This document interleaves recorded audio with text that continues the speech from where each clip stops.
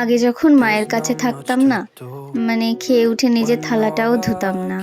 আর এখনে নিজে সবটাই করতে শিখে গেছি। যতটুকুই শেখা ততটুকুই আমার শ্বশুর বাড়িতে এসে শেখা। আমি মায়ের কাছে থাকতে সেরকম কিছু করিও নি। আর যদিও কখনো আমার মা বলতো যে এটা কর বা ওটা করো বা শেখো কিছু, তখনই আমার বাবা বলতো কি যে না, আমার মেয়ে কিছু করবে না, যতদিন ও আমার কাছে থাকবে ততদিন ও সুখে আর কি থাকবে। কিন্তু আমার বাবা তো আর সেটা কখনো মানে বোঝেনি যে শ্বশুরবাড়ি গিয়ে মেয়ের কাজ করতে হবে। হয়তো সে বুঝতো, কিন্তু ওই যে তার আমি মেয়ে, আর ছেলের পরে একটা মেয়ে হলে সবারই একটা ভালো লাগে। আর আমার বাবা আমাকে ভীষণ ভালোবাসতো, কিন্তু আমার মা আমাকে বলতো যে কাজগুলো শেখো। আর আমি যখন নতুন আমার বিয়ে হয় না, তখন আমি সেরকমভাবে কিছুই করতে পারতাম না। আমি ঘুম থেকে উঠতাম ওই 9টা বেজে যেত, তাও আমি বুঝতে পারতাম না যে সকাল হলো নাকি, মানে ভাবতাম যে মায়ের বাড়িতেই আছি, খুব অসুবিধা হতো। তো তারপরে আস্তে আস্তে শ্বশুর বাড়িতে তো আর সেটা করলে হবে না, নিজেকে সব কিছু গুছিয়ে মেনে নিতে হবে এবং শিখতে হবে। তো সেটা তারপরে আমি আস্তে আস্তে আমার সব কিছুই ঠিক হয়ে গেল। কিন্তু এখন আমি আমার মাকে বলি, মা এই কাজটা এইভাবে করো, মা ওই কাজটা ওইভাবে করো, মানে আমি আমার মাকে বলি। আর একটা একটা সময় ছিল যখন আমি নিজে কিছুই করতে পারতাম না। আমি অনেক মা আমাকে বলতো এটা শেখো, এটা তোমার দরকার, শেখা উচিত, নাহলে তুমি কি করে করবে। কিন্তু আজকে আমি আমার মাকেও বলি, আজকে দেখো আমি সব কিছু করতে পারি।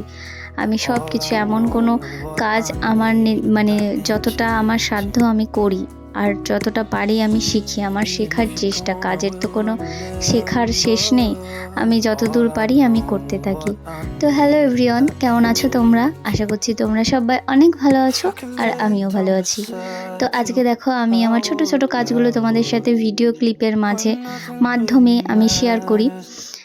তো জানো তো, এই কাজগুলো করতে অনেক সময় লাগে, কিন্তু যখন আমি ভিডিও করি না, 1 মিনিটে আমি অনেকটাই তোমাদের সাথে শেয়ার করতে পারি। কিন্তু এই কাজগুলো যে আমার কত সময় লাগে করতে, তার মানে কোনো ঠিক নেই। যারা করো বাড়িতে কাজ, তারা হয়তো তোমরা জানো যে একটা কাজ করতে কতটা সময় লাগে, কিন্তু সেটাই আমরা ভিডিওর মাধ্যমে কতটা তাড়াতাড়ি করে দেখিয়ে দিই বলো।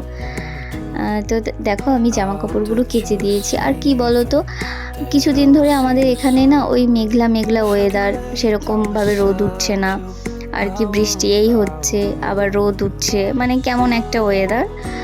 তো ওর জন্য আর কি আমি সেইভাবে কিছু কাচতেও পারছিলাম না। তা ভাবলাম যে না, ওয়েদারের জন্য যদি আমি ভরসা করে থাকি না, তাহলে আর আমার কাচাই হবে না, মানে জামা কাপড়গুলো নোংরা হয়ে থাকবে। তো আগে একদিন আমি কিছু কেচে দিয়েছিলাম, সেগুলো সব শুকিয়ে গেছে। তো আজকে আমি বেডশিটটা উঠিয়েছি। আমি অনেক দিন একটা বেডশিট অনেক দিন রাখতে পারি না, কেমন মানে হয়, মানে ভালো লাগে না। ওর জন্য আমি কিছুদিন পর পর আর কি বেডশিটটা উঠাই। সপ্তাহে ধরো ওই 2বার আমি উঠিয়ে ফেলি, কিংবা 1বার কি 2বার, ওই কাজ নিয়ে কথা। যখন যেরকম সময় পাই সেইভাবে আমি আর কি কাজগুলো করি। তো তারপরে আমি হচ্ছে গিয়ে রান্না করব। আর আমাদের বাড়িতে সব কিছু টাইম, মানে টাইম টু টাইম, মানে এইদিকে হলে হবে না, ওইদিকে হলেও হবে না, সব কিছু টাইম টাইম মেনটেন করেই হচ্ছে গিয়ে আমার কাজগুলো করতে হবে। আর এই জামা কাপড়গুলো নেড়ে দিয়ে গেলাম, আমি গিয়ে হয়তো রান্না করব কেবল, মানে রান্না করার জন্য আগুনটা জ্বালিয়েছি। আবার বৃষ্টি। আর আমাদের ওইদিকে সব বস্তায় পেঁয়াজ রয়েছে, যেহেতু আমাদের চাষি ফ্যামিলি।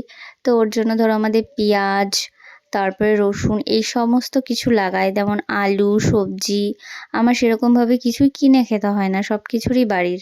তো এবার একটু লাগিয়েছে, যে সেইগুলো আর কি মানে একটু বেশি করে লাগিয়েছে, একটু বিক্রি করবে। তো কি জানো তো, বৃষ্টি হয়েছে কিছুদিন আগে, পেঁয়াজ সব জলের তলায় চলে গেছিলো। ওর জন্য পেঁয়াজগুলো না সেরকম একটা ভালো নেই, কেমন একটু পচে পচে গেছিলো। তাই অনেক বেছে খুঁটে আর কি আমরা কেটেছি, আমি, মা, আমার শ্বশুর মানে আমার বাবা, আর হচ্ছে গিয়ে আমার হাজবেন্ড। তো চলো,